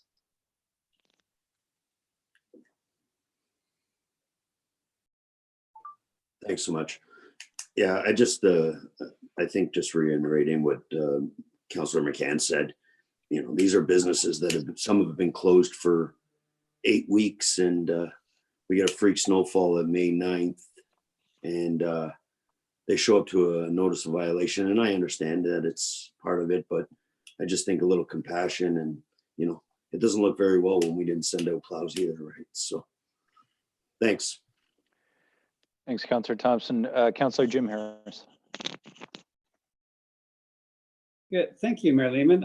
My question, I'm not sure which staff is there directed to, it relates to, and maybe it's more of an FYI, and I'm guessing other councillors may have received a similar questions. And I've had a couple, and just one again later today regarding litter and walkways. And I know our staff are significantly reduced. And so the ability to get to things like the walkways that go to schools and things that may have litter and such from over the winter and as the snow is gone is a challenge. So, and I've also had comments given the Ward 8 with the proximity to the lake shore and obviously the fencing that goes between lake shore and the GO station is a catch-all for litter.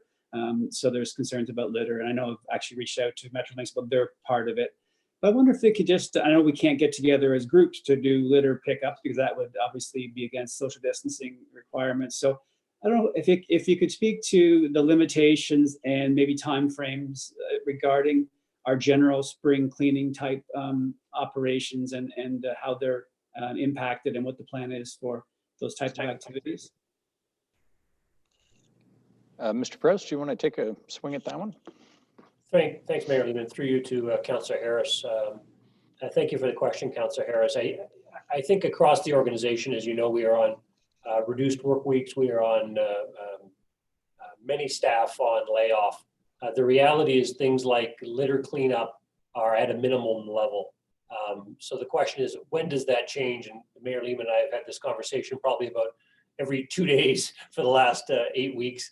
The reality is until we're in a position to bring back staff, and that'll be a financial decision, and the reality is that will be a council decision. What we are waiting for is to deal with some of the cost implications we've articulated to members of council over the last many weeks, understand where we are financially, present that information to council, and then at the end of the day, council will make the decision about what service level is acceptable to you, because that will have an inherent cost and implication. So our intention is to be able to give you a fairly good picture as to what the financial picture is for the city of Barrie. And if council chooses at that point that we should bring back staff and raise back those service levels, that certainly would be something that we could do within a matter of weeks. Thank you, CIO Prowse. And the residents I've spoken to have been very considerate regarding the limitations that the city's currently faces. But I just wanted to, I know there's been a concern and interest in maybe making a PSA about, minding your litter and those kind of things. But nonetheless, thank you very much for that answer. I appreciate it. Thanks, Councillor Jim Harris. I have Councillor Morales next. Inquiries of staff. Thank you, Mayor Lehman. Inquiry of staff. Ms. McAlpine, how easy and how quick could we change the name of the paper that says notice of violation? I am 100% aware of the fact that it's a warning, but as Councillor Alwyn brought up earlier, notice of violation, I'm a city councillor and I thought it was a ticket. When you actually read it and it says you have X number of days or hours of warning, that's a whole different story. I'm very split on this. I support our downtown business community. I get that it was a freak snowstorm. I support the accessibility and the fact that we have to do it in general. But what I'm focusing on is the future, meaning this, we can really avoid this if we title it better. So I'm not here to wordsmith on how we would title it, but how quickly could we do that to prevent a similar situation? Ms. McAlpine. Thank you, Mayor Lehman. Through you to Councillor Morales. Certainly that is something that we are looking at this point in time, is wording of the document to ensure it conveys the appropriate sense of urgency and identifies the implications if it's not actioned, while managing the perception that it may be seen as a ticket. So that is something that we are currently reviewing. Perfect. Could we get a memo or at the very least an email on where that discussion goes so council can make a decision moving forward on that?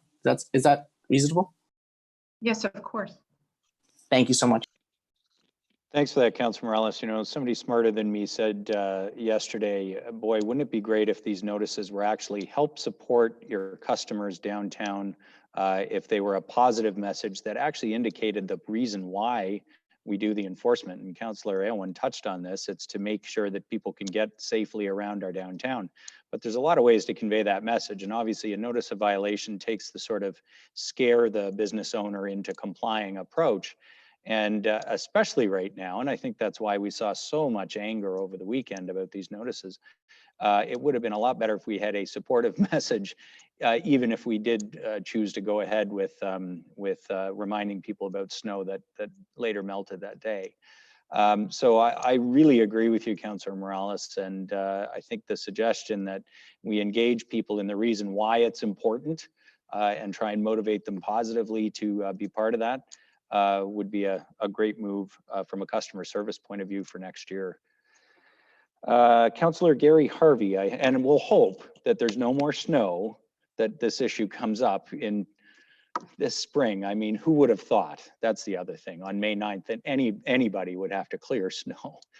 Gary Harvey, your next inquiries of staff. Thank you, Your Worship. Actually, it was the identical question that Councillor Morales had just asked, because I know myself, even when I first saw the notice, I found it confusing myself, and I come from the law enforcement community. Because at first I thought it was a ticket too, until I realized there's no dollar amount attached to it. But just to Ms. McAlpine, just wondering if maybe moving forward, even in the interim, below the notice of violation, even if the word warning could be written there, and I'm sure that would assist people greatly and bring down the anxiety as soon as you have one of these notices sitting and waiting for you when you come back to your premise, or whatever other facets they end up using them for. Okay, thanks for that, Councillor Harvey. Councillor Kungle. Yes, so let me know if I've jumped process. I'm looking at an inquiry to staff separate from this topic. No, that's just fine. I think we've certainly talked about this one a fair bit, and it sounds like our staff are going to report back on ways we can change those notices and how we issue them. Go ahead. Thank you. Through you, Mayor Lehman, to Craig Miller. I was speaking with some residents regarding, where we're also able to push some efficiencies, and I know staff have been looking at efficiencies related to how we can reduce costs, but also create a customer service convenience with relation to offering paperless water bills and water billing. I'm hoping you might be able to identify or confirm if that's still an opportunity planned for this year around bringing a paperless option to residents. Mr. Miller. Through you, Mayor Lehman, to members of council. Yes, we've been working on this initiative for a little while. We were hoping to have something up and running towards the end of January this year. So to answer your question, yes, we're still working on it. The COVID crisis has kind of set us back about 7 or 8 weeks. So I expect we'll have something certainly hopefully before the end of the year, but I think it'll happen sooner than that. So yes, that'll certainly help with savings of some cost and environmentally as well. Great. Thank you, Mr. Miller. Thank you, Councillor Kungle. Any other inquiries of staff, members of council? Okay, seeing none, announcements, Deputy Mayor Ward. I have none. Members of council, Councillor Aylwin. Thank you, Mayor Lehman. I'd like to draw everyone's attention to a new group that's formed called Barrie Urban Gardeners. And it's an online community through a Facebook group. People can find it at facebook.com/groups/Barrie Urban Gardeners. And that's a place where people can share gardening tips. They can ask questions. I see people starting to organize seed and seedling swaps. So it's a really exciting community, and in just a couple days it has over 500 members already. So it shows the enthusiasm that's out there for gardening, whether it's in our front yard, backyards. I personally don't have any outdoor space, so I have some herbs growing. I have some tomatoes and some jalapenos growing, and we'll see how they do. Luckily, I got some. I have some south-facing windows, so hopefully I get enough sun. But it's a great community. Again, it's at facebook.com/groups/Barrie Urban Gardeners. And I'd encourage everyone, even if you don't know anything about gardening, to join because there's a lot of interesting stuff being posted there. Thanks. Thanks for that, Councillor Owen. And yeah, I saw that group has had a huge take up in its first week. So congrats to the organizers there. Councillor Morales. Thank you. Thank you, Mayor Lehman and Councillor Alwyn. You probably have one of the strongest skill sets in gardening on council, and I have a lot of land that I don't know what to do with. So you're free to come here and actually take me up on it. And because it needs to be done. Something needs to be done with it. Mayor Lehman, I just want to make an announcement. This is kind of an unconventional one, but you'll see where I'm going with this one. It is an announcement. I want to announce the fact that residents are walking a lot more. They're walking in their neighborhoods, they're going for strolls, they're going for walks.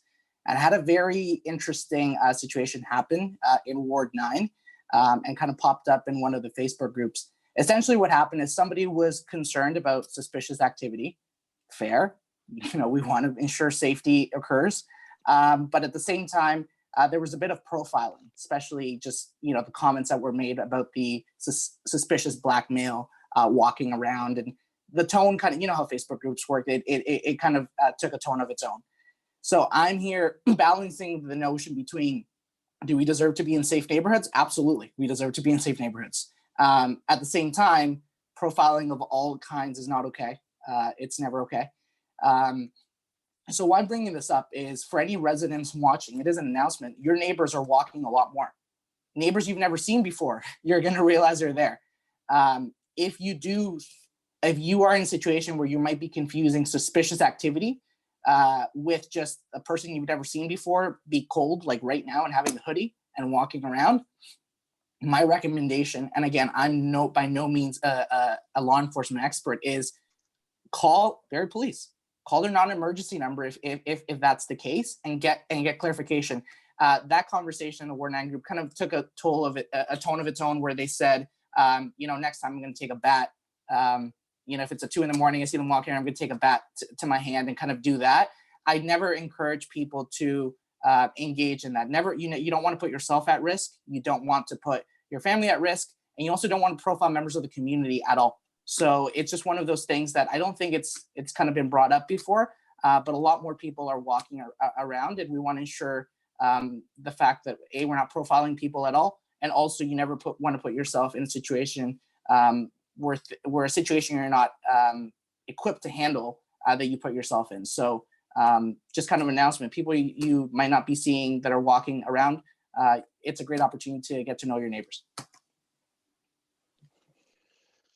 Okay, yeah, Councillor Morales, what's really disturbing in that story is those comments in the group and any suggestion that people would profile somebody based on what they were wearing, or certainly their race, and certainly the notion that anybody would ever threaten violence of any kind.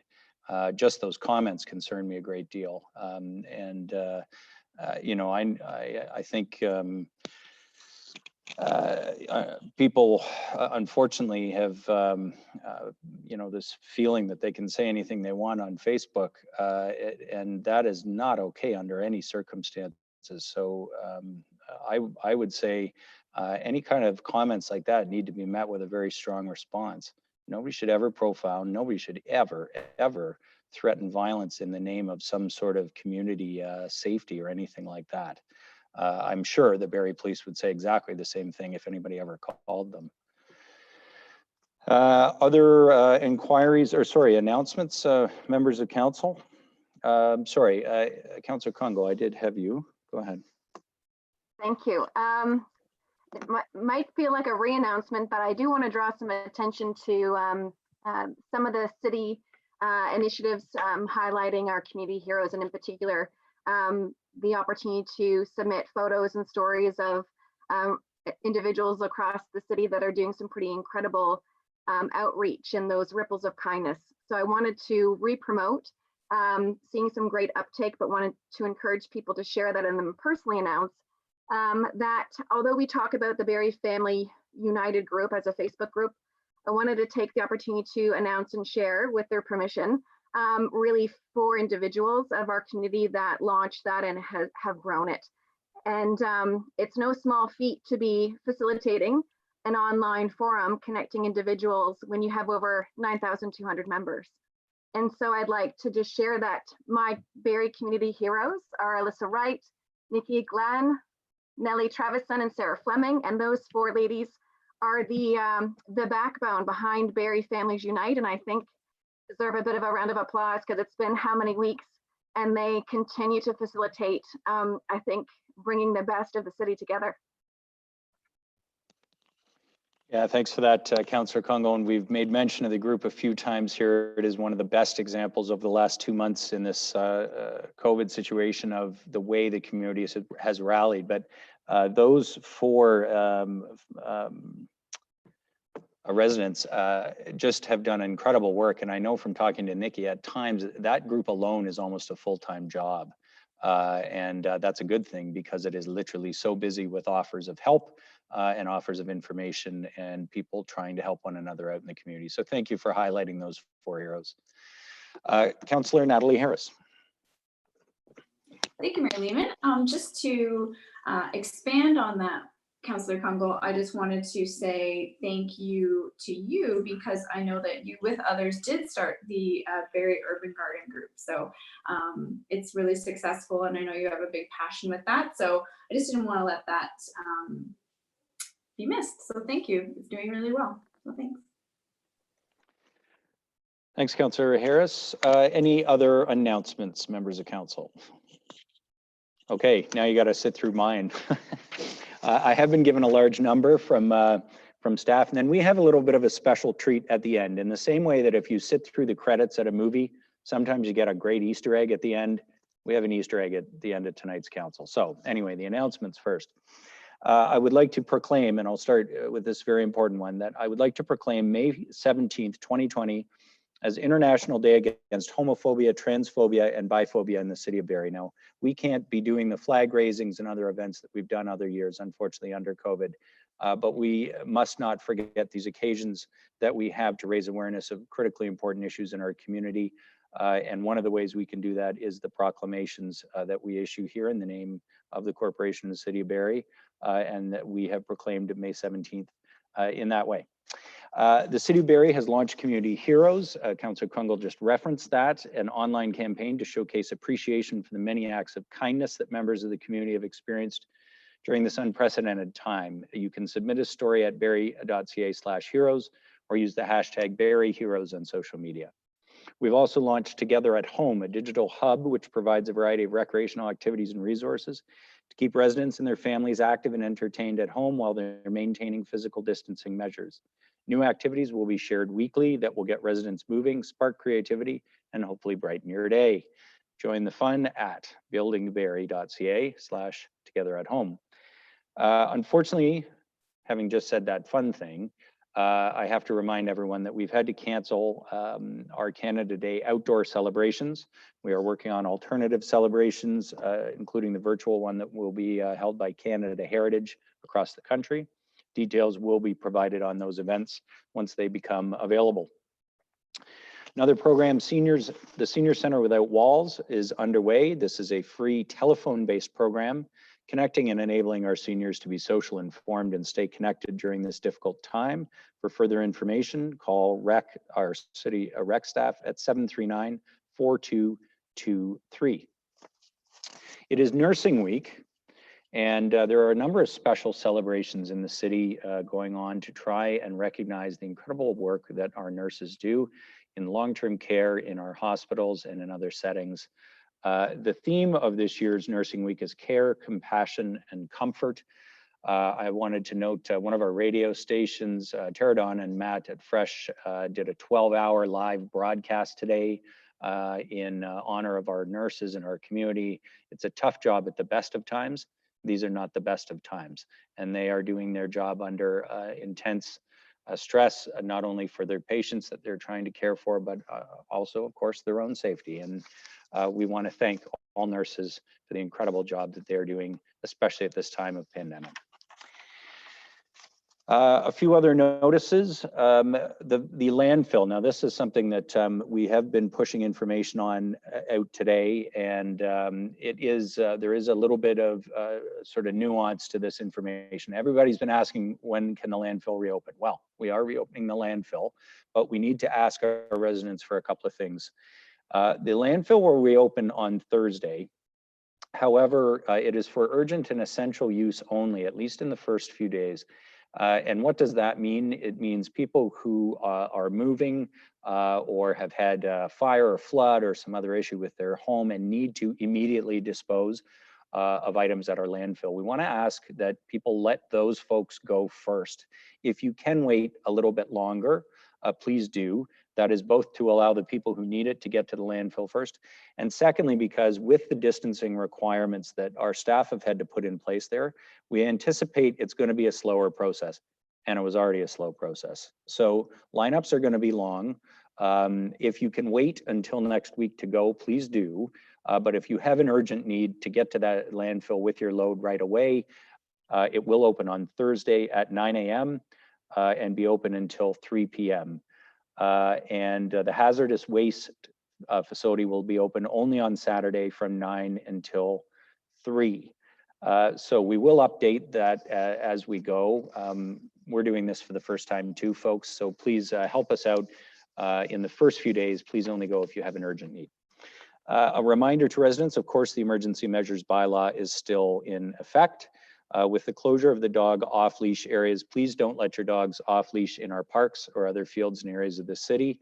And of course, a reminder, don't remove that caution tape around any of the equipment or facilities in our parks. If you are thinking of organizing a community event, we continue to get contacted in the mayor's office literally every day with people who want to do good things around the community and often in creative ways to maintain social distancing. The bylaw department will help. You can contact Enforcement Services, 739-4241. Way better to call them ahead of time and find out how you can hold your event safely, get the guidance from them, rather than holding the event and potentially, risking a complaint or concerns around distancing or otherwise. So give them a call if you want to hold an event. Of course, we encourage people who want to try and help others out in this difficult time, but you got to do it safely. And I guess last, and to introduce our Easter egg tonight before the bylaws, I wanted to remind residents, we are seeing some very positive numbers. We've seen positive numbers in the provincial caseload. The rolling average of new cases is declining. It has not, however, declined to the point where the province is willing to open up and relax on the distancing restrictions. We still have a little ways to go, and it would be such a shame if at this point we took all of that effort that everybody has made over the last 8 weeks to get us to this point in starting to reduce the number of cases. It'd be such a shame if we let go and saw the case numbers go up and then had to do this for way longer. So let's not let our hard work go to waste. Let's keep doing what we're doing for a little while longer so we can stop the spread of COVID-19. We know this hasn't been easy, but we are, of course, as we've said often, in this together, and we will come through this. So I'm pleased to share with you at this point a video that's been produced with the help of the city's communications stream with a bit of a message to the residents of Barrie. So roll tape.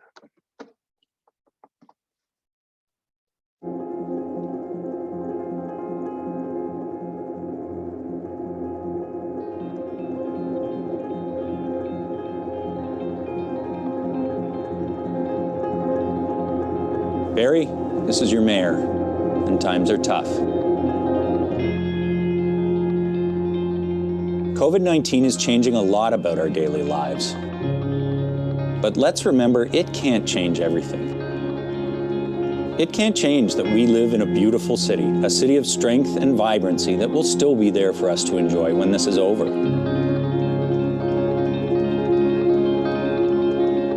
It can't change that we have a community that cares about each other, a community that's coming together in these unprecedented times to do what's necessary to get through this. We are the home of innovative businesses, amazing restaurants, thriving arts and culture, and most importantly, caring and kind individuals. And that is not going to change.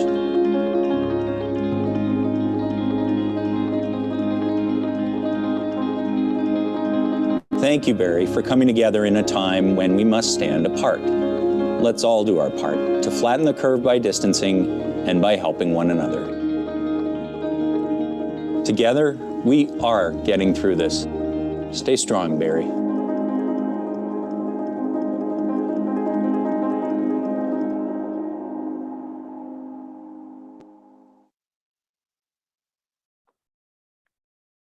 Thank you to our communications folks and really to the community. That message is as much to say thank you as a reminder to keep doing what we're doing and what we have to look forward to.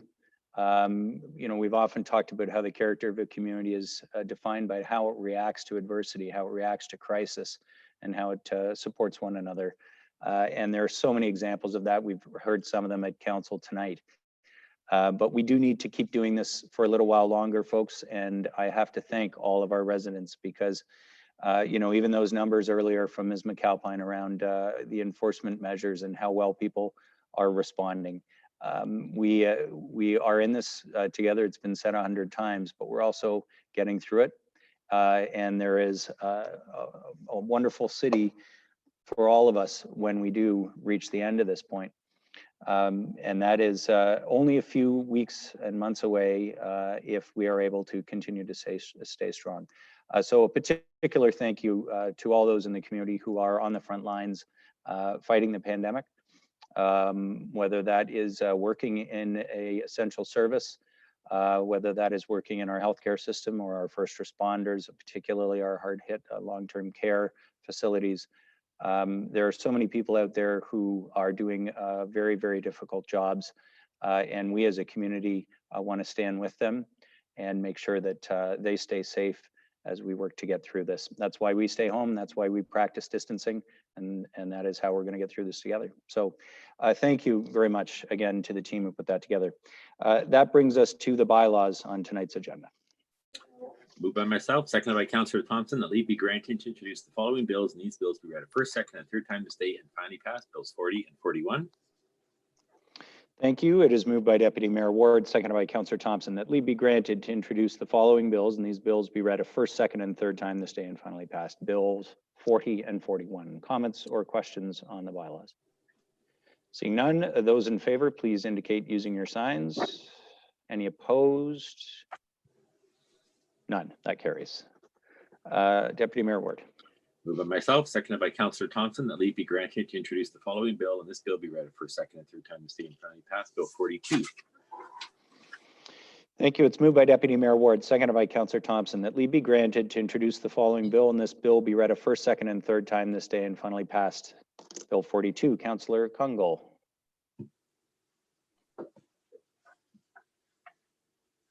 Sorry, Councillor Kungl. I think this one's, yeah, there we go.